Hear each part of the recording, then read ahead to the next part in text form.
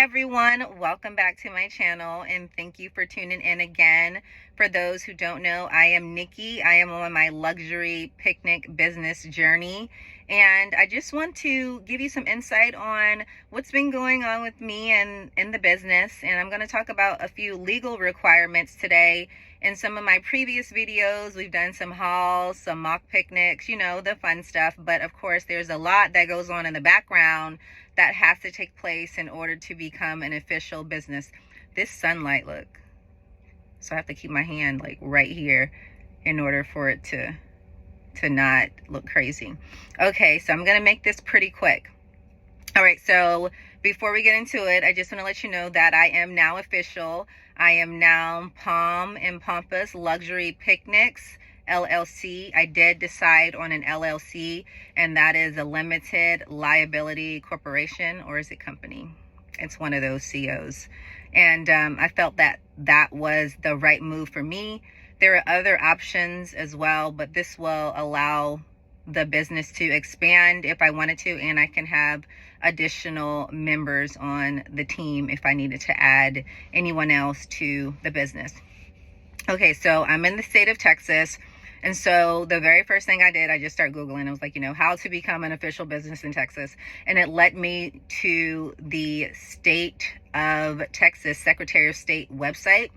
And so I created my password and, you know, went through all the admin process, and I logged in, and there was a tab that, you know, said business or something along those lines.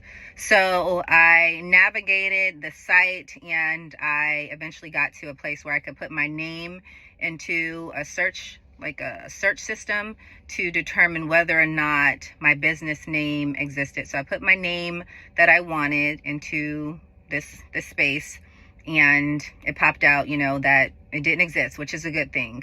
So I was able to reserve that name, and that cost $40. And so that meant that no one else could take that name. And so you're able to reserve it for up to 180 days. But please know that that is not a requirement. And I wish I would have known then what I know now, because I wouldn't have reserved it. I wouldn't have paid additional money to reserve it, but I didn't know any better. I could have just gone straight in and applied for the LLC as soon as I realized that no one else had that name. So I reserved the name, and, you know, the name was mine for 6 months, right? And I guess that just gives you the opportunity to decide whether or not you like that name, you want to change that name, or to just work any background things that you want to accomplish before officially making it your business. So after I did that, I went to the state of Texas. I went to the IRS GOV website to apply for a tax ID/EIN, that's employee ID number, which is necessary for all businesses so that the IRS can tax you. And that was a super simple process. It asks you, know, what type of business do you want, the LLC, sole proprietorship, and so on. Again, I selected the LLC, and it was free of charge. And once the process was completed, I received a PDF file pretty much saying, hey, here's your EIN number along with my name. And you're going to need that for some other items that I'm going to talk about here. Also, I keep looking down because I have this little book of information. So every time I learn something, I just write it in here, or if I have a plan, I just write it in here. So as you see, I have all my legal requirements that I wanted to make sure that I accomplish. All right, so got my EIN. I reserved my name. So I went back, and at that point, I actually formed the LLC for the state of Texas.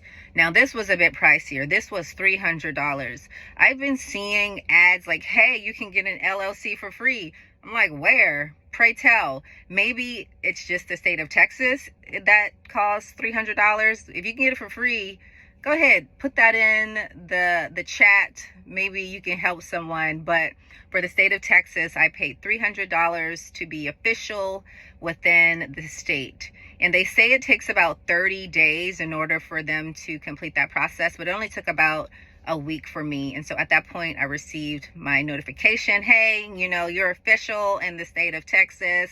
Congratulations. And this is perfect because I needed these documents to open up my business bank account. I needed both the EIN document from the IRS and I needed the document from the state of Texas. So a couple of things I want to let you know about the state of Texas site. I don't know if this is the same for other states, but they charge you for everything. If you're doing a simple inquiry, they're charging you $1 or $2. The first thing you do when you log into that website is you put your credit card information in. They want to know how you're going to pay for this inquiry. So I know $1, $2 isn't a lot, but it adds up, you know, especially when you're trying to navigate the site. You're brand new. You don't know what you're doing. You're in and out of that website. They give you an hour. So $1 or $2 will give you an hour, right? But I was in and out that website, just paying money. In addition to that, once you actually, you know, receive notification of your LLC, you have to pay to actually get the printout of the document.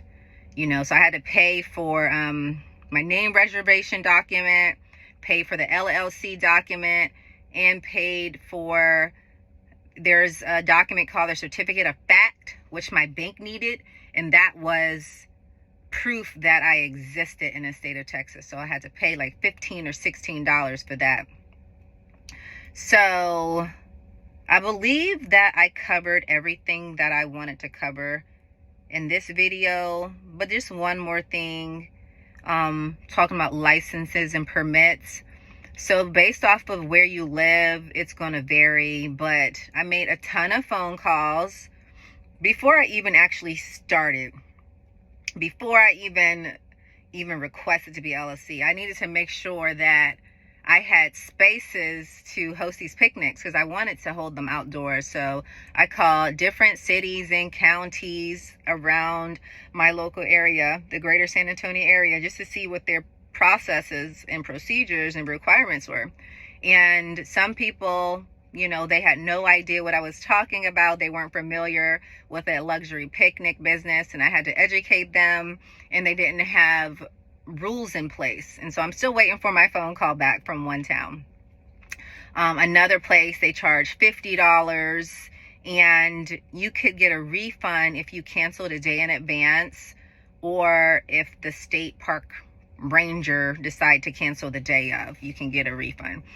And then I found another place where all the parks were free. It's first come, first serve. And then, of course, you have certain requirements, you know, no glass, loud noise, stuff like that. Just basic park etiquette. So I decided on that county, that's where I'm going to host my picnics. And if guests want to have them somewhere else, you know, they'll be responsible for the fees and the permits and such if they want to have it in another park. Okay, so this video is about to get a little long, so I'm gonna go ahead and end here, and in some future videos we'll talk about some websites that I use that were practically free to help build my business and my brand, as well as, you know, places I've been shopping. Maybe I'll show you some parks that I visited. You know, we got a lot in store. I'm super excited. We plan to open the books in December. So that is next month. We are the day after Thanksgiving right now. So I'm probably looking a little haggard and tired because I am. So happy belated Thanksgiving to everyone. And again, thank you so much for being on this journey. Have a wonderful day. And I'm out. See you later.